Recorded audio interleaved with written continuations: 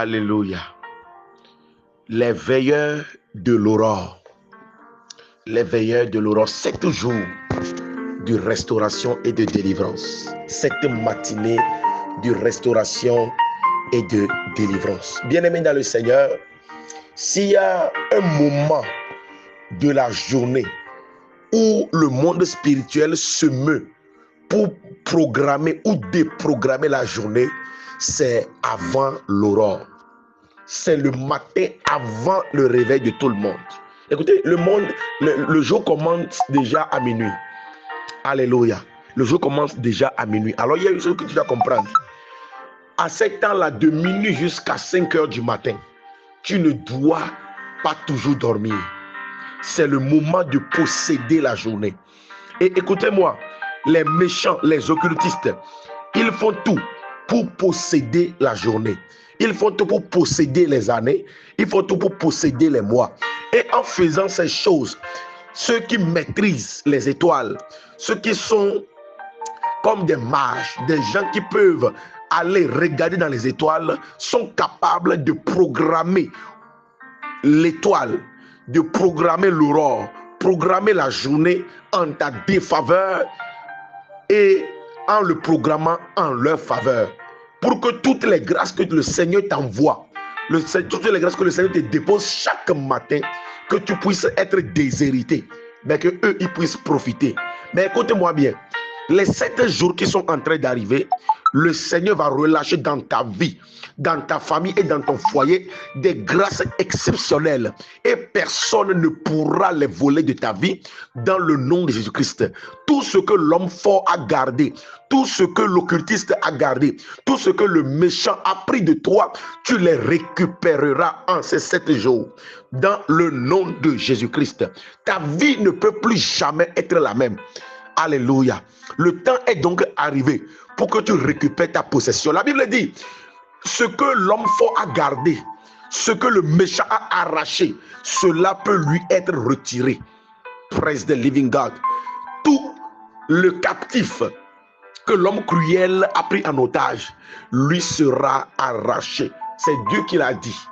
Alors tout ce qui t'appartient et qui est dans la main d'un homme fort, d'un occulte, je te dis que dans ces 7 jours, tu les récupéreras complètement. Ta délivrance sera effective et totale dans le nom de Jésus-Christ. Alléluia. Notre grand thème, le thème pour ces 7 jours, c'est comment ma vie, comment ma destinée, comment mes affaires, comment mon foyer, comment toute ma vie en totalité est réclamée par les mauvais fondements. Comment ma vie est réclamée? Qu'est-ce qui m'arrive? Pourquoi tout ce que j'entreprends ne réussit pas? Pourquoi quand je commence quelque chose, je n'arrive pas à finir?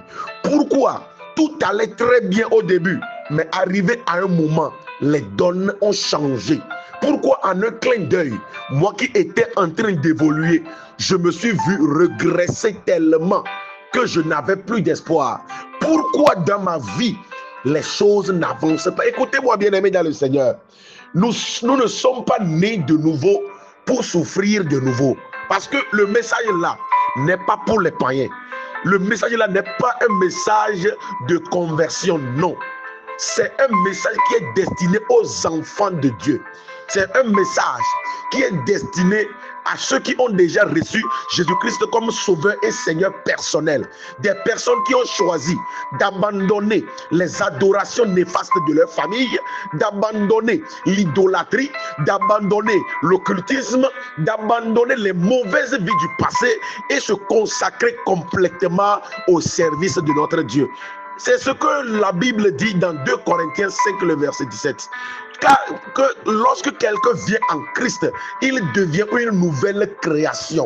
Les anciennes choses sont passées et voici les choses sont devenues nouvelles. Toutes choses sont devenues nouvelles.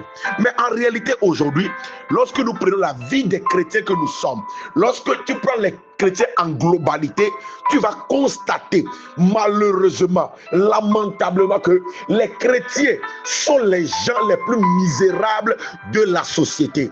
Tu vas comprendre que les chrétiens sont nés bien sûr de nouveau, mais ils sont en train de souffrir de nouveau. Et dans leur foyer, ça ne va pas. Tu rentres dans son foyer, lorsque tu causes avec elle, lorsque tu causes avec lui, il va bien rire avec toi, il va bien parler avec toi. Mais lorsque cette personne quitte et rentre dans la maison, il commence encore à pleurer. Il est en train de traverser les moments très difficiles. Lui seul sait. Mais bizarrement, lorsque les gens vont le regarder de loin, les gens vont l'apprécier, les gens vont dire, ah, lui là, au moins sa vie c'est bon, lui là, tout va bien pour lui. Mais quand tu t'approches de cette personne, tu vas constater que cette personne est comme un tombeau bien orné, mais à l'intérieur, tout est complètement détruit. Et figurez-vous, les gens pensent que cela est la faute de Dieu. Les gens pensent que c'est peut-être parce qu'ils ne sont pas bien convertis. Peut-être les gens pensent que c'est parce que j'ai commis ce péché, c'est parce que j'ai fait ci, j'ai fait ça, que cela est en train de m'arriver. Laisse-moi te prouver dans la parole de Dieu, laisse-moi te montrer clairement et profondément ce qui peut amener un chrétien à vivre une vie misérable malgré qu'il a reçu un Jésus qui est spectaculaire, un Jésus qui est reçu à tous les niveaux, un Jésus qui est mort à 33 ans, mais jusqu'aujourd'hui, son nom persiste toujours. Alors que toi, tu sers Dieu depuis 20 ans, depuis 15 ans, depuis 5 ans. Tu es enfant de Dieu depuis 30 ans, mais ta vie est toujours en arrière. Et ce qui est marrant, lorsque tu regardes ta vie et tu fais un feedback, tu regardes aussi les gens de ta famille, tu vas constater que ceux qui ne sont même pas nés de nouveau ont presque les mêmes vies que toi. C'est ce qui prouve qu'il y a quelque chose qui ne va pas quelque part. Alléluia.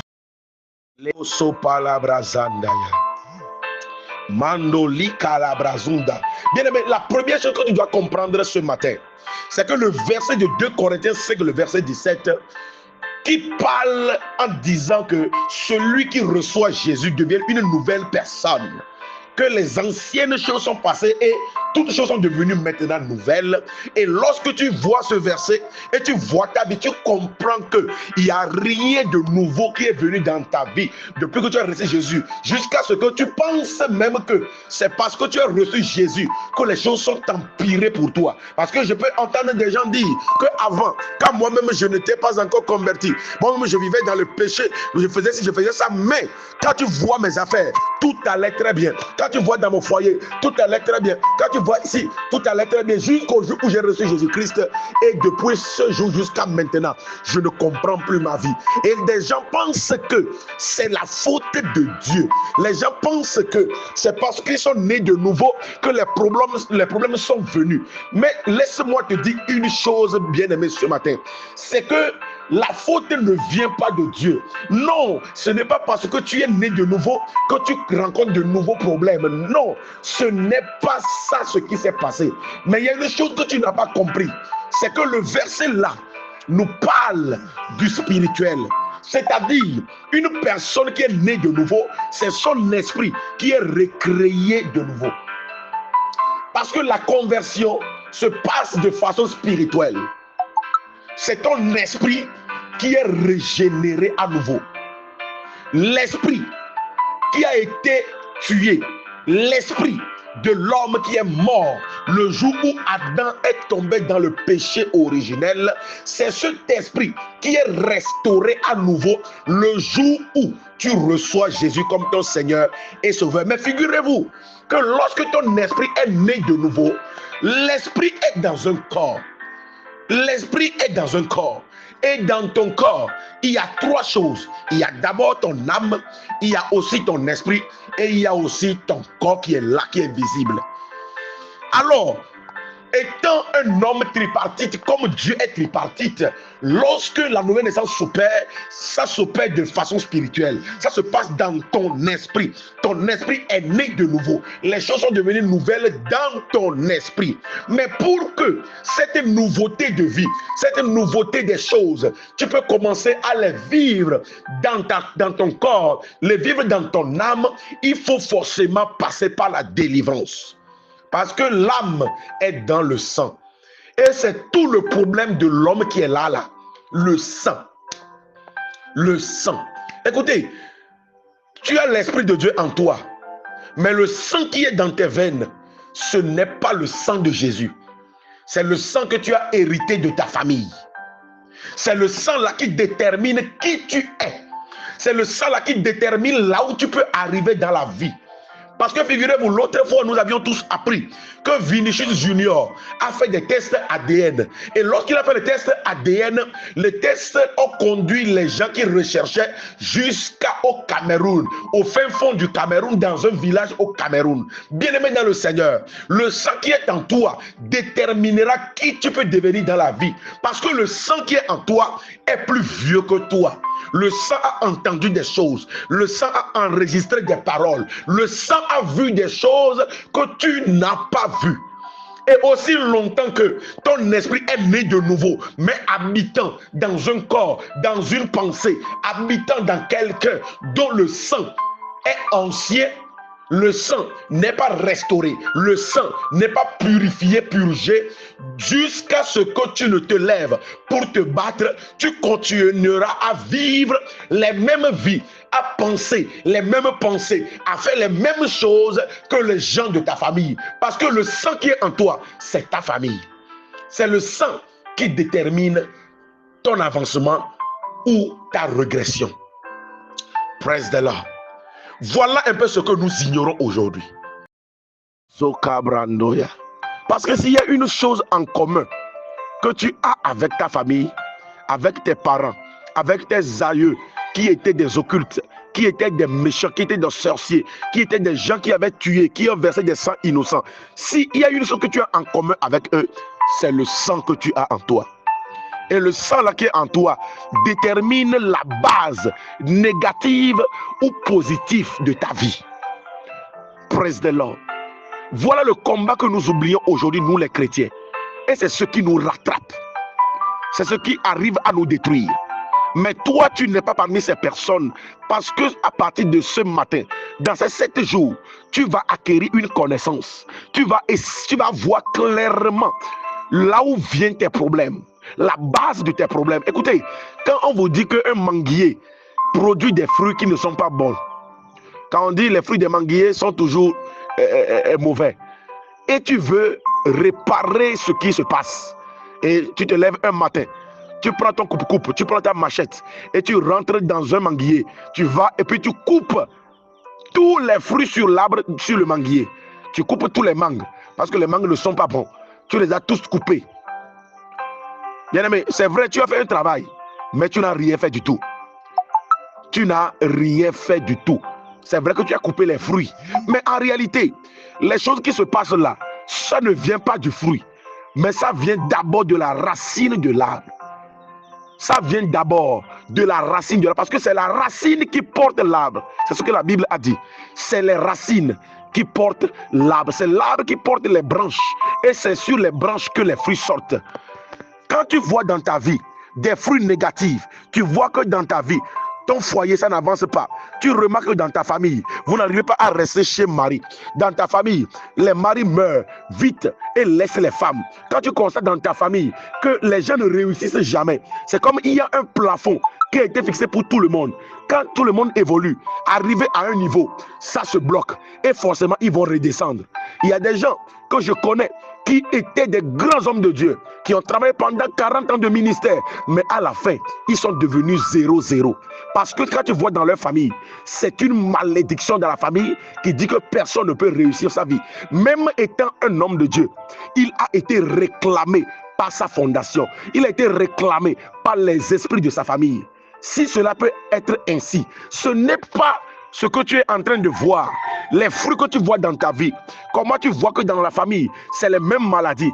C'est la maladie là a tué le grand-père. La maladie là a tué le père. Et aujourd'hui, la maladie veut tuer aussi le fils. Dans des familles, tu vas constater qu'ils ne sont que des voleurs. Tu viens ici, ils volent. Il va là-bas, ils volent. Il va ici, ils volent. Bien-aimé dans le Seigneur, ce sont des fruits que tu es en train de voir. Lorsque tu vois que dans une famille, les gens sont tous pauvres. Ils font tout dans la vie, mais ils finissent pauvres.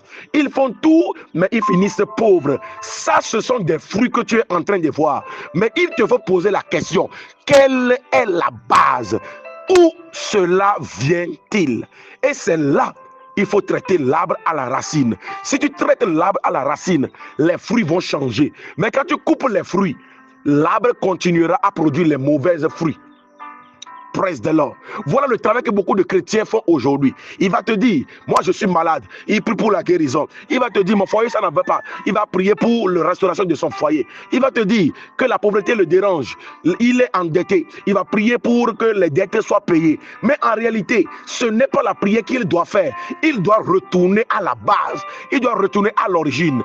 Qu'est-ce qui est à la base de ce qui m'arrive? Voilà la question que tu dois te poser ce matin. Je prie pour toi ce matin que toute base, toute fondation de la sorcellerie, tout fondement de l'occultisme qui est en train de te réclamer, qui réclame ton foyer, qui réclame ta destinée et qui te pousse à aller en arrière, qui te pousse à quitter de malheur et rentrer dans un autre malheur, ce matin, que cette fondation soit brisée dans le nom de Jésus. Alléluia. Voilà un peu le problème que racontent beaucoup de chrétiens aujourd'hui. Il va te dire que j'ai été dans ce camp de prière. On a prié pour moi. Les choses ont commencé à aller, mais arrivé à un moment, tout est devenu pire qu'avant. Il va te dire, ma maladie là, j'ai tout fait. Je suis allé chez cet homme de Dieu. Je suis allé ici. J'ai fait ceci. J'ai fait ceci. Il a prié pour moi. Mais la maladie est partie. Mais 2 ans après, 6 mois après, la maladie est revenue. Le miracle là, je l'ai bien reçu, hein, mais quelques temps après, le miracle est parti. Qu'est-ce qui cause ça? C'est parce que le problème n'a pas été traité à l'origine. Le problème n'a pas été traité dans le fondement. Le problème a été traité superficiellement. Alléluia. C'est ce que beaucoup de chrétiens font aujourd'hui. Lorsqu'ils ont mot de tête, ils vont commencer à prier. Seigneur, guéris-moi du mot de tête. Mais ils ne savent pas qu'est-ce qui est à la base. Voilà pourquoi tu as besoin de la lumière. La Bible dit, vous connaîtrez la vérité et la vérité vous affranchira. C'est la vérité qui affranchit. Lorsque tu connais ce qui t'arrive, tu sauras quel genre de prière faire. Lorsque tu sais que ce qui m'arrive là, voici sa source, tu sauras quel genre de prière faire, comment je dois faire pour être délivré de ce qui m'arrive. Voici ce qu'on appelle un fondement. Alléluia. Le fondement, c'est la base invisible sur laquelle une ville, une maison, une famille, une destinée, un mariage ou une vie est bâtie. Écoutez, nous allons prendre l'exemple d'un immeuble de 5 étages. Lorsque tu vois l'immeuble de 5 étages, quand tu viens au niveau de l'immeuble, tu verras comment l'immeuble est belle. Tu verras comment l'immeuble est élevé. Tu verras tout sur l'immeuble. Mais il y a une chose que tu ne vois pas, mais qui existe. C'est la fondation. C'est la fondation. Et lorsque tu vois un immeuble de 5 étages, bien que tu ne vois pas la fondation, l'immeuble que tu vois te prouve clairement qu'il y a une fondation de 3 étages. Quand tu vois une maison de 2 chambres, salon tolé, bien que tu ne vois pas la fondation, cela ne prouve pas que la fondation n'existe pas. Mais quand tu vois l'aspect de la maison, cela te montre que la fondation qui est là est une fondation qui est convenable à ce type ou bien cette taille de maison. Je ne sais pas si tu es en train de me comprendre. Je voudrais que tu comprennes une chose. C'est le haut que tu vois. C'est la dimension de l'immeuble que tu vois qui te prouve qu'il y a une fondation. Et jamais, jamais, tu ne verras dans la vie quelqu'un faire une fondation de 2 pièces ou 2 chambres salon et venir construire un immeuble de 5 étages dessus. C'est la fondation qui détermine l'altitude de l'immeuble. C'est ce qu'on appelle un fondement. Le fondement, c'est la base invisible, le soubassement invisible d'une vie, d'une destinée, d'un foyer. Alléluia. Et ta vie a une fondation. Amen. Ta vie a une fondation. Ce qui prouve que ta vie a une fondation, c'est toi, c'est ta personne. Et ton évolution dans la vie dépendra de la fondation que tu as. Praise the Lord. Il y a des gens qui font le commerce. Je donne juste un exemple. Il y a des gens qui font le commerce. Mais il y a un certain montant de chiffre d'affaires qu'ils n'ont jamais réussi à réaliser. Ils ont tout fait. Ils ne l'ont jamais réalisé. Ils vont te dire que, mais je paie ma dîme, mais je fais ci, je fais ça, mais pourquoi ça n'avance pas? En réalité, ta fondation ne permet pas que tu arrives à ce niveau. Même si tu arrives à atteindre cette dimension, tu verras que ta vie va s'écrouler. L'autre fois, il y a eu un événement à Lomé. Je crois il y a à peu près 6 mois. 6 mois ou 7 mois. Il y a un événement à Lomé où un immeuble de 5 étages s'est écroulé. Et à l'intérieur, il y avait le propriétaire de la maison et certains locataires. Ils étaient à peu près 5 personnes qui sont décédées le jour-là. Praise the Lord. Et lorsque la mairie a fait le constat, ils ont dit que la fondation qu'ils ont faite n'est pas une fondation qui est conforme à un immeuble de 5 étages. Et c'est ça qui est à la base de l'écroulement de l'immeuble. Écoutez-moi bien. Beaucoup de personnes, vous êtes ici, votre mariage ne tient plus. Non pas parce que vous avez commis un péché, mais juste parce que la fondation sur laquelle votre vie est bâtie ne permet pas qu'il y ait des mariages heureux. Il y a des gens ici, vous ne faites que subir des maladies bizarres, des problèmes incompréhensibles. Des choses là vous arrivent au moment où, lorsque tu constates que tu veux arriver à un niveau de ta vie, lorsque tu constates que tu veux atteindre une dimension de ta vie, tu te vois être bloqué momentanément sans raison. Juste non pas parce que tu as fait un péché, tu as commis un péché, mais c'est juste parce que ta fondation ne te le permet pas. Lorsque on fait un pont qui ne doit contenir le poids que de 5 tonnes. On érige un pont que les camions, les titans qui doivent passer dessus ne doivent pas dépasser 5 tonnes. Le jour où un titan de 10 tonnes va passer sur le pont sera écroulé. Et ce n'est pas la faute du titan, mais parce que la base qui est fixée n'est pas solide. Voilà la vie de beaucoup de personnes aujourd'hui. Votre vie s'écroule. Votre foyer s'écroule.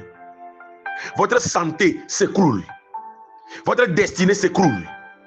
Il n'y a plus d'espoir. C'est-à-dire que quand tu vois ta vie, il n'y a plus d'issue possible. C'est juste parce que la fondation n'est pas bonne. Et écoutez-moi bien, tout au long de ces 7 jours, je vais essayer de te montrer quelles sont les fondations et comment ces fondations arrivent à réclamer notre vie. Alléluia. Praise the Lord. Je prie pour quelqu'un ce matin, que toute mauvaise fondation qui te réclame, l'occultisme de la famille qui te réclame, la destruction de la famille qui te réclame, la malédiction familiale qui te réclame, je déclare silence. Ta vie est exemptée. Ta vie est exemptée. Au nom de Jésus-Christ, tu ne peux pas échouer. Non, Christ est devenu une nouvelle fondation pour toi. Et parce que ton esprit est recréé à nouveau, je prie pour toi ce matin. je déclare ta délivrance complète et totale. La liberté de ton âme. Que ton sang soit restauré. Que ton sang soit restauré. Au nom de... Alléluia. Lorsque nous entrons dans l'évangile de Marc, chapitre 11, quand tu lis à partir du premier verset jusqu'au 10e verset, il y a une histoire bizarre. Alléluia. Il y a Jésus-Christ qui va envoyer ses disciples un jour. Et il va leur dire d'aller dans un village. Et lorsqu'ils y seront allés, ils vont voir un anneau qui a été attaché. Qui est attaché à un arbre. Et Christ va leur dire, détachez l'anneau et apportez-le-moi. Quand vous détachez l'anneau et quelqu'un vous pose une question, dites-lui que le Seigneur ou bien le Maître en a besoin. Bizarrement, les gens sont allés, les disciples sont allés, ils ont trouvé réellement l'anneau attaché. Ils ont commencé à le détacher. Et lorsqu'ils ont commencé à le détacher, les gens ont effectivement posé la question, mais pourquoi vous le détachez? Et ils vont leur dire, le Seigneur en a besoin. Et ils ont ramené l'anneau. Et il y a une chose que je voudrais que tu comprennes. L'anneau là, qui a été détaché, après être détaché, Christ est monté sur l'anneau pour aller à Jérusalem. Et quand Christ est entré à Jérusalem, étant sur l'anneau, la Bible dit qu'il y avait eu une grande célébration.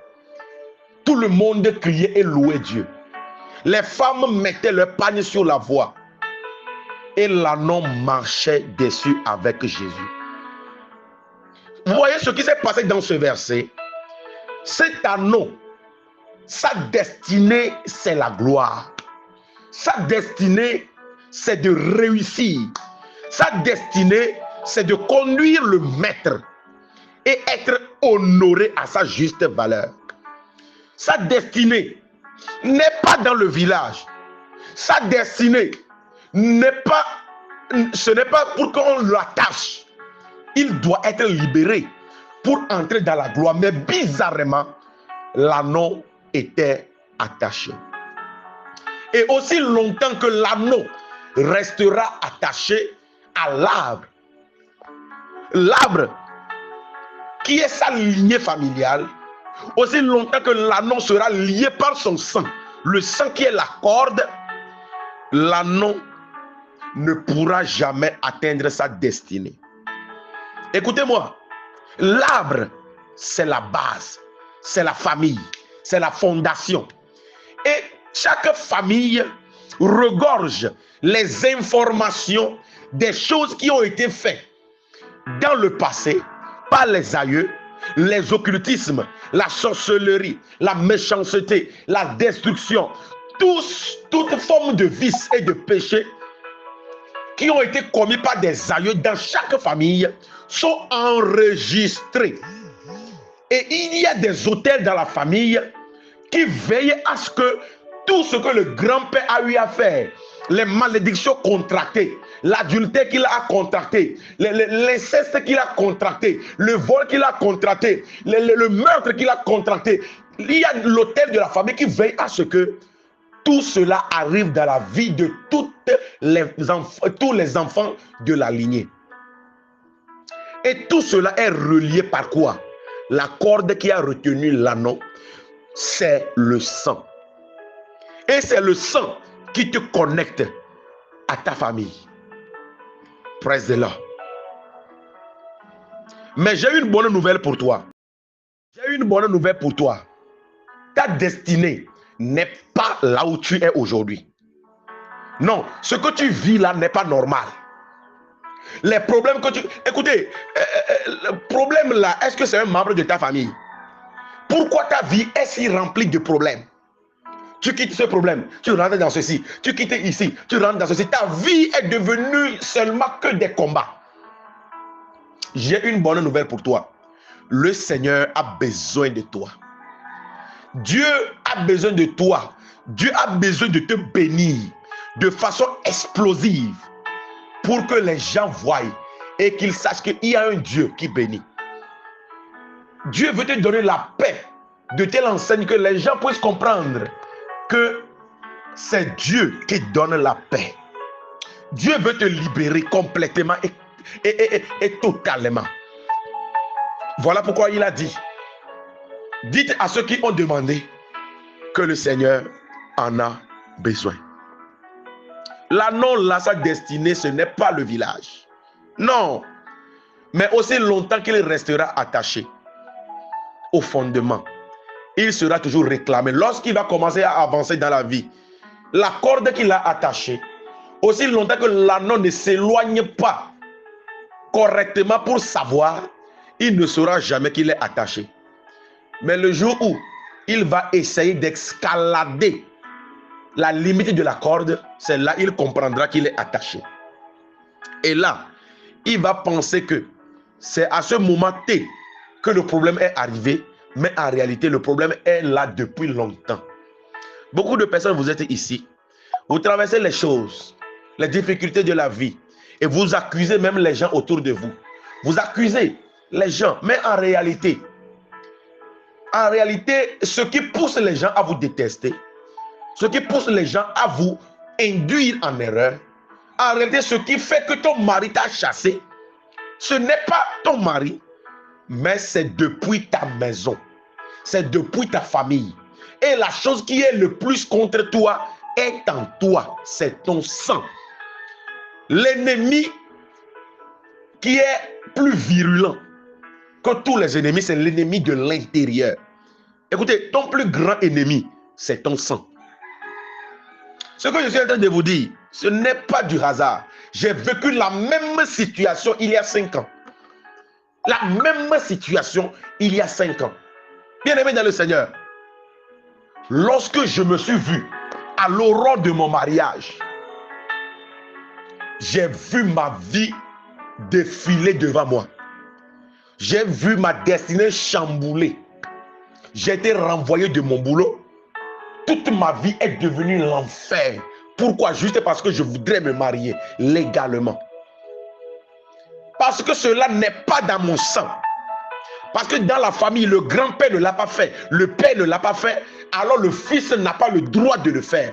Mais puisque moi, je suis enfant de Dieu, né de nouveau, priant en langue, je voulais honorer Dieu, alors la sentence est tombée.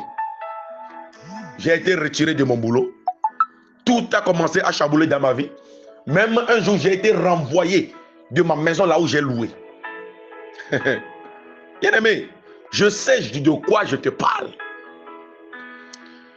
Et en ce temps-là, j'ai accusé les gens autour de moi. C'est vrai, il y en a qui ont fauté. C'est vrai.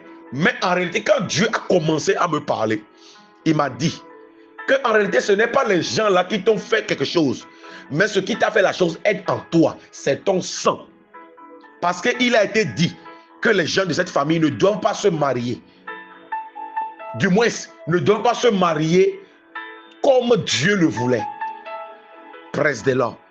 Voilà pourquoi la sentence est tombée. Voilà pourquoi l'ennemi a frappé. J'ai perdu mon boulot, ma vie, j'étais à un niveau de la vie, à un moment, je suis devenu zéro. J'ai du tout recommencé à zéro. Bien aimé dans le Seigneur, ne blague pas avec les problèmes du sang. Les problèmes de fondation, ne blague pas. Aussi longtemps que l'anneau est attaché à l'arbre, il ne comprendra jamais ce qu'il arrive. Il y a des familles ici. Ce n'est pas permis que vous voyagez. Et tu as constaté que depuis le jour de ton premier voyage, c'est depuis ce temps que les problèmes ont commencé. Parce qu'il y a une parole qui avait été déclarée et c'est dans ton sang. C'est la base, c'est le fondement. La parole dit, tous les gens de cette famille, vous ne devez jamais voyager. Presse de l'homme. Il y a des gens ici dans votre famille. Il y a une parole qui dit que vous ne pouvez pas rester chez un mari ou avoir une femme de votre jeune âge jusqu'à votre vieillesse. Soit vous divorcez, soit vous êtes polygame. Et le moment venu, c'est des problèmes qui viendront dans ton foyer. Hein. Même que tu as parfaitement raison. Mais la finalité, c'est quoi? Il faut que ce qui est dit dans la famille s'accomplisse dans toi aussi ta vie. alors ils vont pousser le mari à commettre un bévue. Ils vont pousser la femme à commettre un bévue. Ils vont pousser l'enfant à commettre un bévue et les problèmes vont arriver.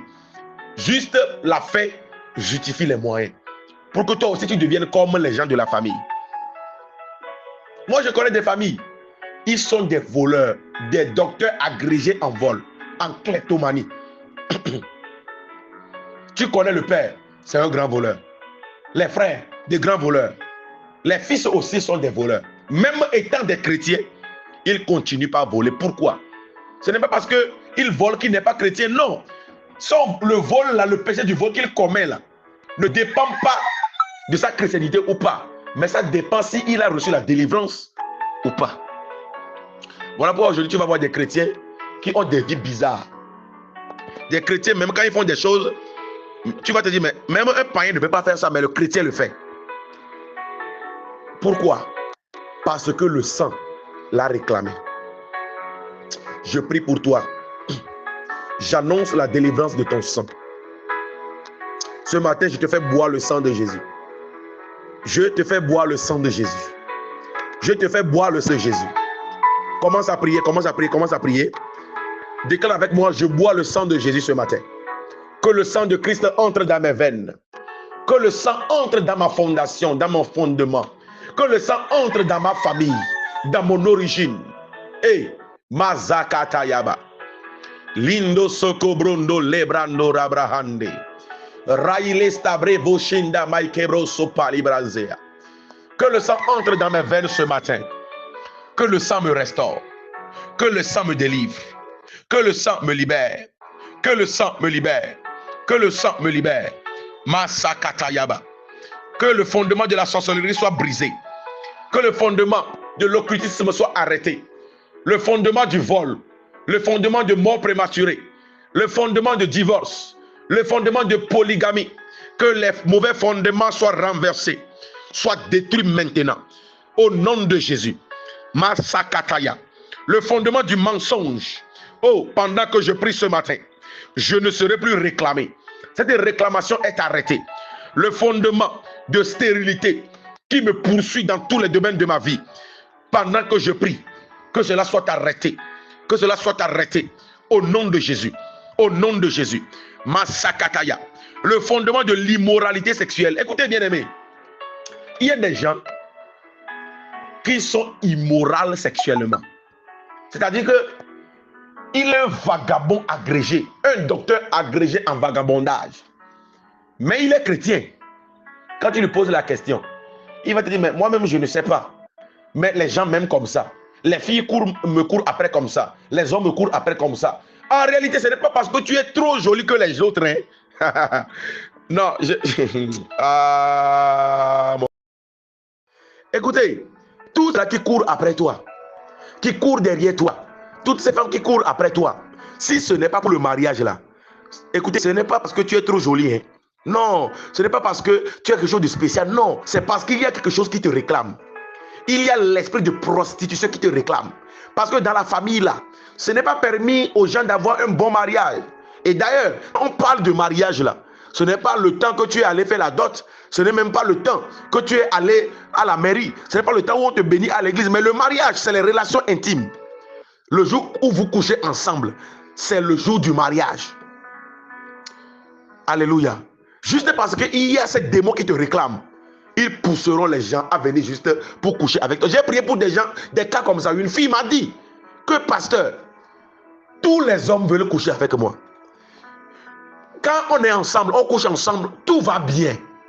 Jusqu'au jour où je dis, ou bien jusqu'au jour où l'homme dit, je vais t'épouser. Quand il dit, je vais t'épouser, les problèmes commencent à arriver à l'homme. Les problèmes bizarres commencent à arriver jusqu'à ce que l'homme fuit. Un autre vient, il couche, jusqu'à quand il dit mariage, il disparaît. Le démon te fait vagabonder. Le démon te transforme en prostituée. Praise the Lord. Et tout ça là vient du fondement, la fondation. C'est ça qui te réclame. Je prie pour toi ce matin. Je te libère de tout lien de sang. Tout lien de sang qui te condamne et qui empêche ta gloire d'arriver. Ce matin, tu es libéré. Tu es libéré au nom de Jésus. Je te libère au nom de Jésus. Je te délivre au nom de Jésus. Ta vie est restaurée au nom de Jésus-Christ. Ce que tu espères, que tu n'as jamais eu, à partir d'aujourd'hui, tu vas l'avoir. Ce travail-là, tu vas l'avoir maintenant. On t'a chassé du boulot, non pas parce que tu as commis une erreur. C'est ce qui m'est arrivé en 2020. Bien-aimé, ce sont des réclamations parce que tu es arrivé à un niveau où les gens de la famille ne doivent pas arriver. Ils vont tout faire. Ils vont te renvoyer sans scrupule, sans explication. Je te dis, sans explication.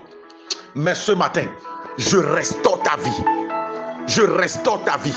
Ton fondement est restauré par Jésus-Christ, le soubassement de l'église. Au nom de Jésus-Christ, je bénis ta vie. Tu ne peux plus être maudit.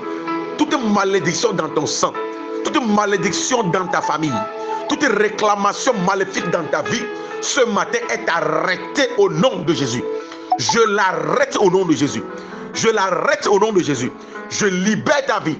Je libère ton destin. Je libère ton mariage. Je libère ton emploi. Je libère ta destinée. Je libère ta vie au nom de Jésus-Christ. Je bénis votre journée. Votre aller et votre retour est béni.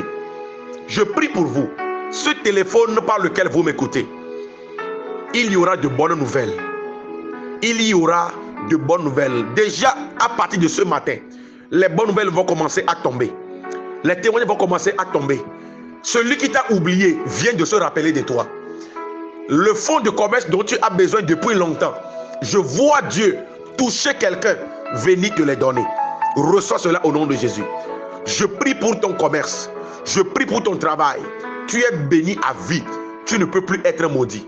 Toi qui es malade, je déclare ta guérison instantanée. Parce que sur moi, a l'onction de guérison miraculeuse. Je libère l'onction là dans ta vie. Tu es guéri maintenant. Tu es guéri. Mets la main là où tu as mal. Mets la main là où tu as mal. Je déclare que la maladie là disparaisse maintenant. Come on, sortez. Au nom de Jésus. Je te déclare guéri. Au nom puissant de Jésus-Christ. Soyez bénis. Nous allons nous retrouver encore demain matin. Même heure. Votre vie ne sera plus jamais la même. Au nom de Jésus-Christ, shalom. Alléluia. Nous bénissons le Seigneur encore ce matin. Si tu es là et tu m'écoutes, je voudrais que tu commences à remercier le Seigneur. Commence à lui dire merci. Merci pour ce qu'il est. Merci pour sa présence. Le katakabaya. Mandoro bobo shikababaya. Zukebre shikara braza katayaba. Mandoro bobo shikeberea. Thank you, Jesus. Merci, Jésus. Ton amour est infini. Tu es infiniment grand. Tu es infiniment grand. Reçois la gloire, reçois la gloire, reçois la louange. Reçois la célébration. Merci pour les délivrances. Merci pour les délivrances. Merci pour les restaurations. Merci Jésus parce que tu nous donnes un nouvel espoir. Merci parce que tu restaures notre vie. Tu restaures la vie de mon frère, la vie de ma soeur. Merci pour la vie de mon frère. Merci parce que tu ne nous as jamais laissé tomber. Oh, Mazagadagavaya. Rakapasandaraba shikere bebe. Orivasandaraba sai kabrando. Lebro sota balabrazia. Indarabavavayaka. Legebre seke legebea. Oriavasandaraba sakataya. Thank you, Jesus. Thank you, Jesus. Mazeketeya. Alléluia. Nous bénissons le Seigneur ce matin pour ce qu'il est pour nous, pour ce qu'il fait. Nous sommes dans un thème pour cette matinée de rosée, cette matinée où nous dévançons l'aurore, où le Seigneur nous fait du bien, les veilleurs de l'aurore. Je suis sûr d'une chose, ton sacrifice ne sera pas vain. ton sacrifice ne sera pas vain. Parce que les temps de prière que tu passes devant le Seigneur te seront toujours imputables. La Bible dit que nous tous,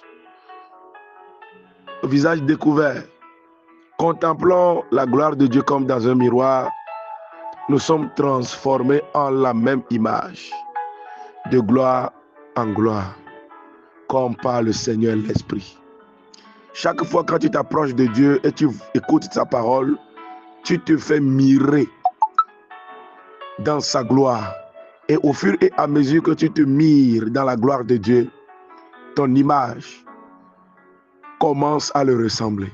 Et la Bible dit, tel il est, tel nous sommes. Nous le ressemblons, Seigneur. Nous le ressemblons au Seigneur. Je sais pertinemment que les mauvaises réclamations de ta vie, les fondements négatifs, les plans de la sorcellerie, les manipulations des esprits familiers, tout cela sera arrêté dans le nom de Jésus. Tout ce qui vous arrive aujourd'hui, qui est le fruit des manipulations des esprits de famille, des démons de famille, seront complètement corrigés dans le nom de Jésus. Alléluia. Notre grand thème, c'est comment ma vie est-elle réclamée par les mauvais fondements. Et hier, nous avons vu ce que c'est qu'un fondement. J'étais en train de dire qu'un fondement, c'est la base invisible. Le fondement est toujours invisible. C'est la base invisible sur laquelle une vie est bâtie, une famille est bâtie, une destinée est construite. Alléluia. Et dans la plupart des cas, les fondations sont toujours invisibles. Les fondations sont toujours invisibles. Mais il y a une chose que tu dois comprendre. Ce n'est pas parce que le fondement est invisible que ça n'existe pas. Ce qui te prouve que le fondement existe, c'est l'immeuble. Quand tu vois un immeuble debout, ce n'est pas que l'immeuble là est généré lui seul. Mais il faut d'abord faire un soubassement, un socle. Et c'est sur ce socle-là que se bâtit l'immeuble. Alléluia. Et je vous ai dit hier que tu ne peux pas faire une fondation de 2 chambres salon et venir mettre étage de 5 étages dessus. C'est impossible. Parce que c'est la fondation qui détermine l'attitude de l'immeuble. Et beaucoup de vies aujourd'hui, leur fondation, dans leur fondation, il y a des choses qui ne sont pas prévues. Dans leur origine, il y a des choses qui ne sont pas prévues. Et cela fait que lorsqu'il commence à grandir, lorsqu'il est arrivé à un niveau de la vie où il voudrait atteindre certaines dimensions, il va se voir écrouler. Il va voir sa vie défiler devant lui dans une seconde où la vie sera écroulée parce qu'il a essayé de mettre un poids sur sa fondation, son fondement qui au préalable n'avait pas été déterminé. Voici un peu la vie de beaucoup de personnes aujourd'hui. Dans ta famille, ce n'est pas prévu que vous soyez des gens riches. Alors, le jour où tu commences par travailler et tu vas vouloir gagner beaucoup d'argent, tu verras que des choses vont arriver bizarrement. Des maladies incompréhensibles, des problèmes, on va te poser ça sur ta tête, dont tu ne connais ni la tête ni la queue. On va dire que c'est toi qui as commis ce problème. Voici ce qui arrive. Si dans la famille de certaines personnes, il n'est pas prévu le mariage, il n'est pas prévu que les gens vont se marier légalement, le jour où tu vas te sanctifier, vouloir faire le mariage conforme à Dieu, tu vas voir que des choses bizarres vont commencer par t'arriver. Des maladies vont commencer par te tomber dessus. Des problèmes vont commencer par te tomber dessus. Des problèmes d'endettement vont commencer par te tomber dessus. Et en ce moment, tu vas penser que ce qui t'arrive est le fruit des gens qui sont méchants autour de toi, mais en réalité, cela vient de ton origine, cela vient de ton fondement. Pourquoi?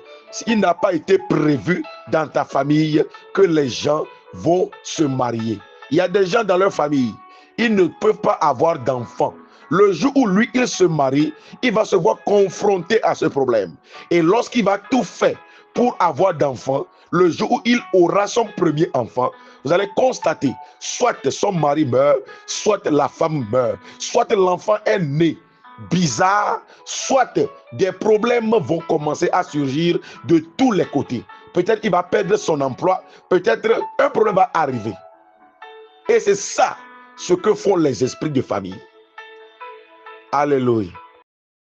Parce que je vous disais hier, le fondement de chaque famille, le fondement de chaque vie est assis sur un autel.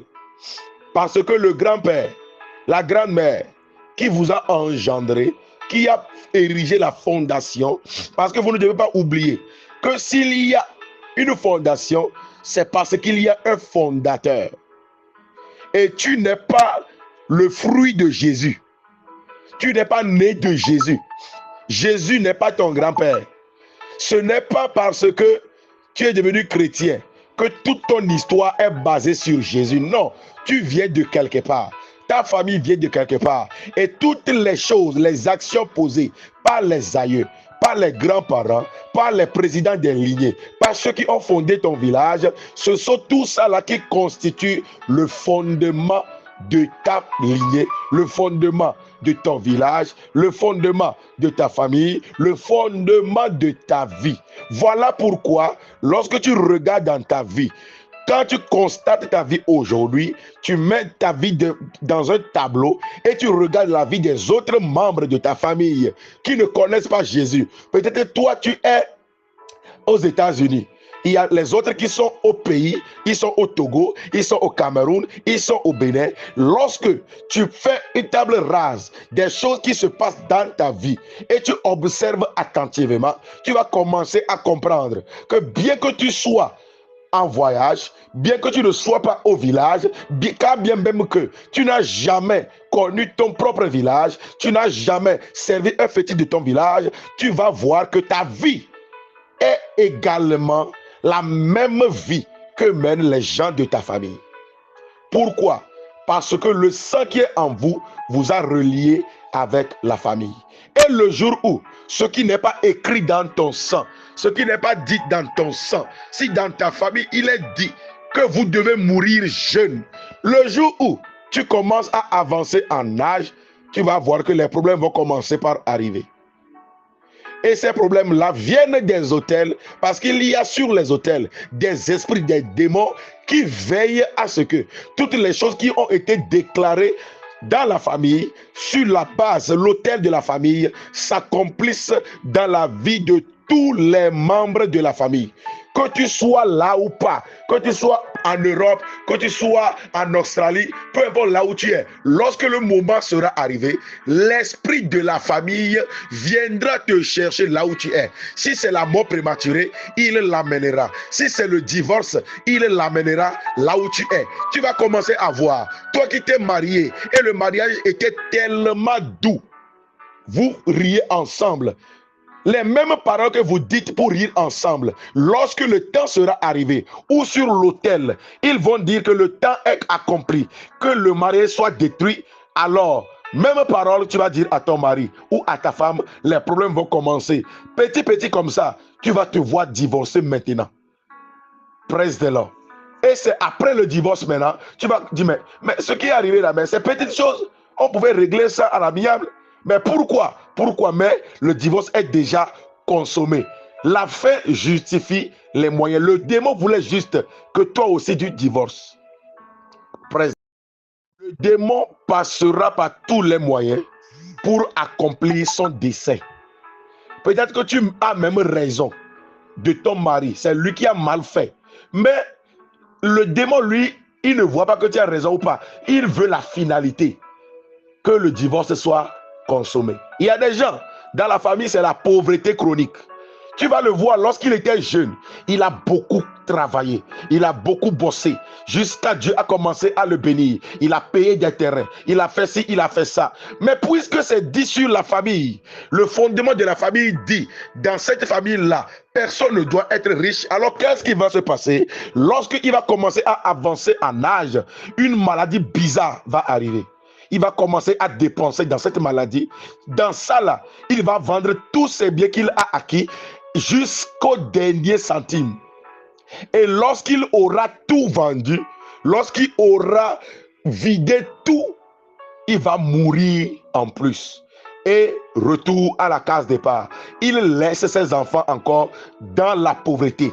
Comme son père l'a laissé en pauvreté. Et comme le père là a été laissé par son grand-père dans la pauvreté. Bien que cette personne devienne chrétienne, si cette personne n'a pas pris le temps de comprendre, de détecter et de diagnostiquer dans sa famille quelle est donc mon origine, qu'est-ce qui me réclame, qu'est-ce qui me poursuit.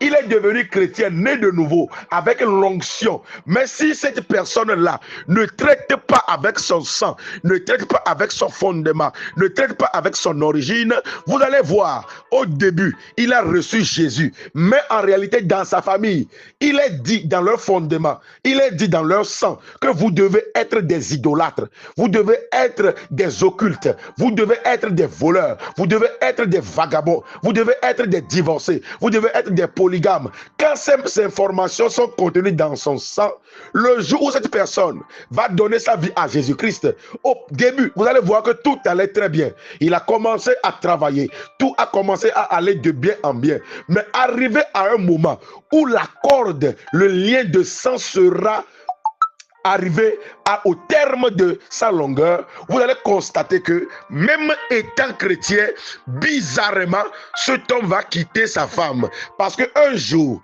il y a eu un problème entre eux. Et il a dit, bon, je vais sortir prendre de l'air. Et là où il est sorti, le diable va lui tendre un piège. Une fille va tomber dans son piège et cet homme va coucher avec la fille. Et bizarrement, simple couche qu'il a eu à faire avec la fille devient grossesse et il va se voir devenir polygame, ce qu'il a aussi refusé, que son père l'a fait, lui il ne va jamais le faire. Voilà pourquoi il est devenu chrétien. Lui il va se voir tomber dedans, lui il va se voir tomber dans la pauvreté, il va commettre un bévue, on va le mettre en prison et à la fin il aura tout perdu. La finalité c'est que la même chose qui est arrivée au grand-père et qui est arrivée au père arrive aussi au fils. Même étant chrétien, il n'a pas su détruire le lien de sang qui le relie.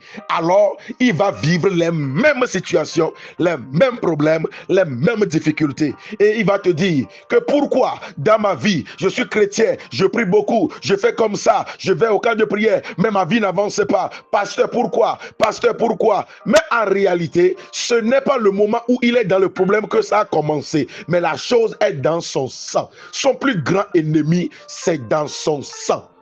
Je prie pour toi ce soir, tout lien de sang qui te réclame, toute malédiction familiale qui te réclame, ton fondement qui a été basé sur la sorcellerie, sur l'idolâtrie, et te pousse aujourd'hui à tomber dans le péché, et te pousse aujourd'hui à abandonner Dieu, à ne pas aimer aller dans la maison de Dieu, que tu sois délivré au nom de Jésus. J'annonce ta délivrance.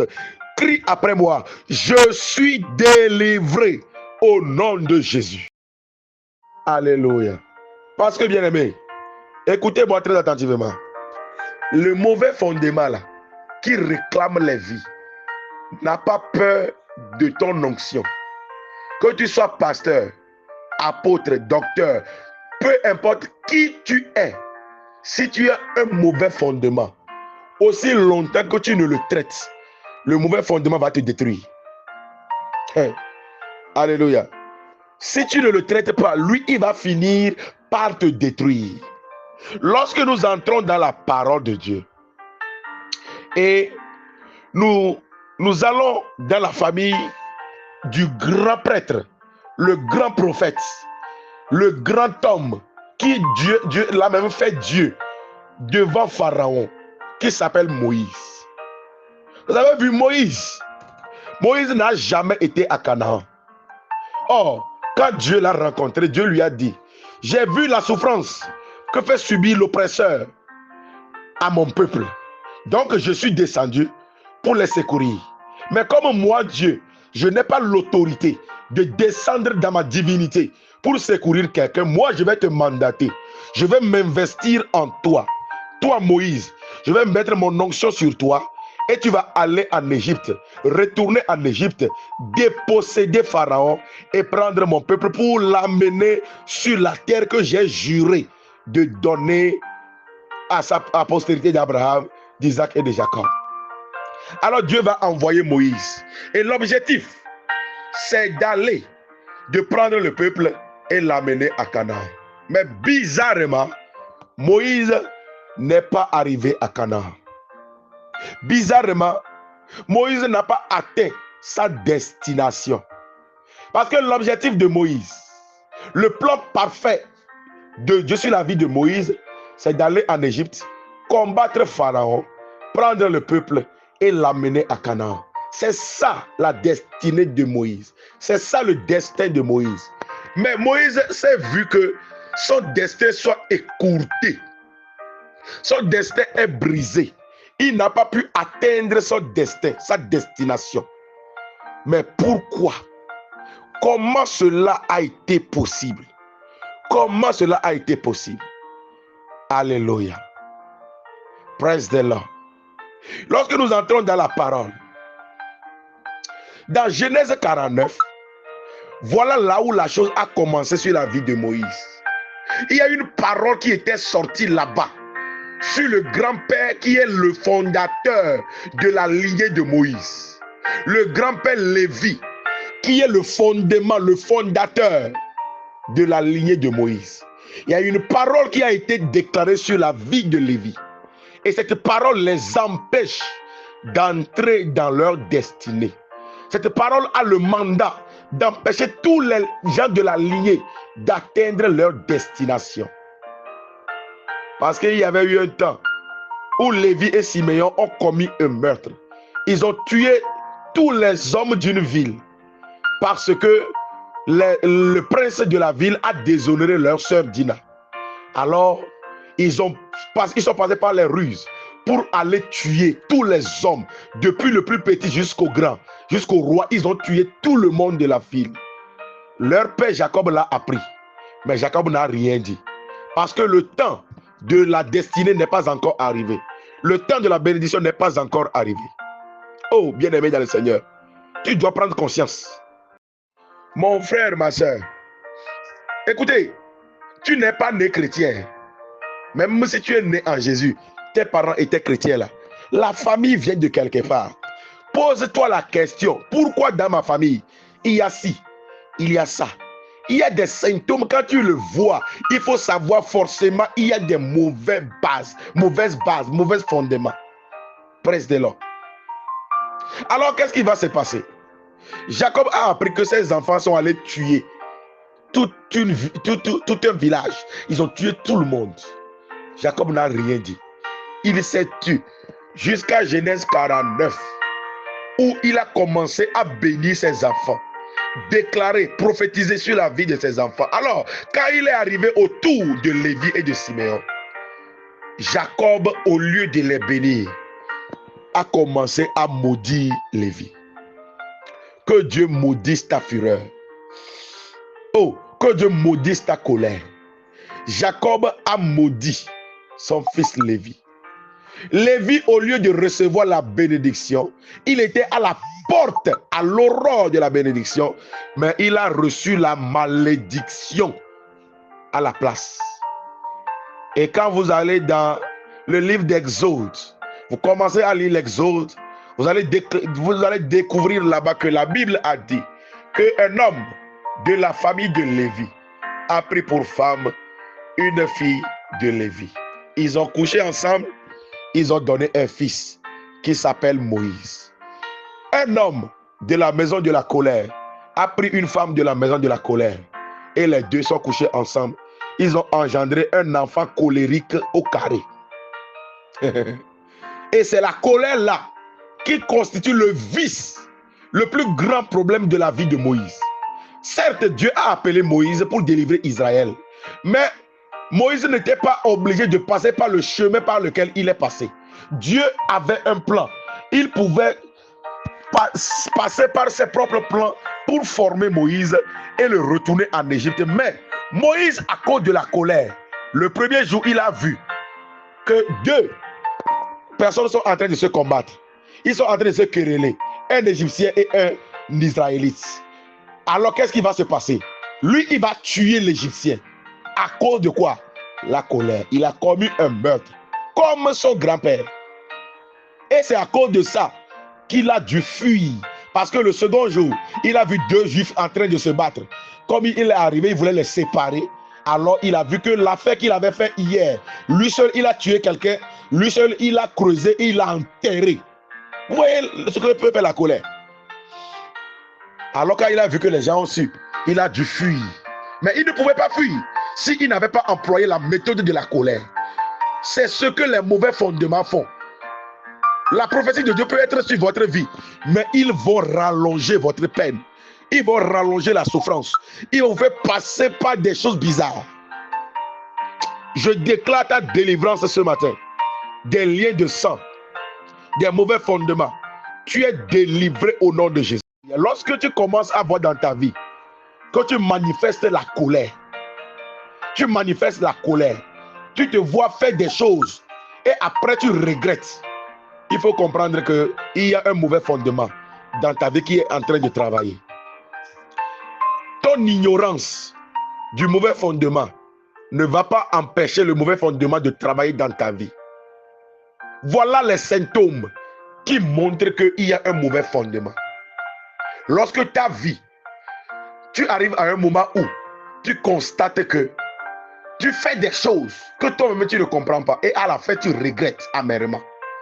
Il y a un mauvais fondement qui travaille dans ta vie. Alléluia. Tu es délivré au nom de Jésus. Moïse, à cause de la colère, il va fuir jusqu'à Dieu va le oindre. Il va faire 40 ans dans le désert. Dieu va se révéler à lui. Dieu va commencer à le former et après 40 ans, Dieu va le renvoyer en Égypte. Il est venu en Égypte avec l'onction de Dieu. Bien que Moïse soit tellement loin, l'esprit de colère là est caché quelque part. Parce que, bien aimé, les liens de sang sont plus forts que les liens de l'esprit. Moïse a reçu l'onction de Dieu. Il a fait des miracles en Égypte. Il a plié Pharaon. Dieu dit, je te fais Dieu devant Pharaon et ton frère Aaron sera ton prophète. Moïse était devenu Dieu, une dimension divine. Mais cela n'a pas empêché le démon là, l'esprit familier là, la colère là, de se cacher quelque part dans Moïse. Quand Moïse et les enfants d'Israël ont quitté en Égypte, quand il y a moindre chose, ils se lèvent contre Moïse. Ils crient, ils l'insultent. Moïse consulte Dieu et le miracle se produit. Jusqu'au jour où Dieu dit à Moïse, monte sur la montagne, je vais te donner la loi pour mon peuple.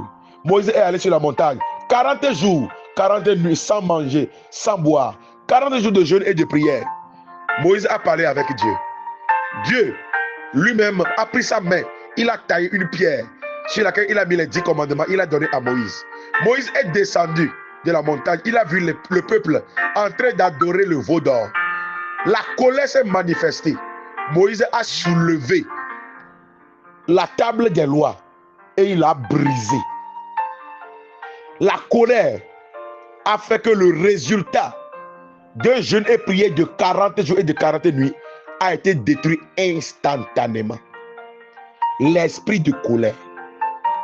Il y a des gens ici, quand vous vous mettez en colère, tant que vous ne gâtez pas quelque chose, vous ne brisez pas quelque chose, si vous ne cassez pas la télé, vous ne cassez pas le micro-ondes, vous ne détruisez pas les choses dans la maison, vous n'êtes jamais satisfait.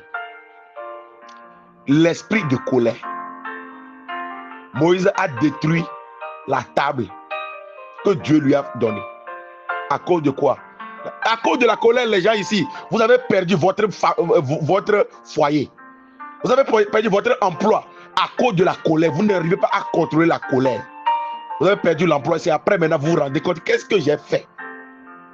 Oh, tu es délivré ce matin au nom de Jésus. Je te libère de l'esprit de colère.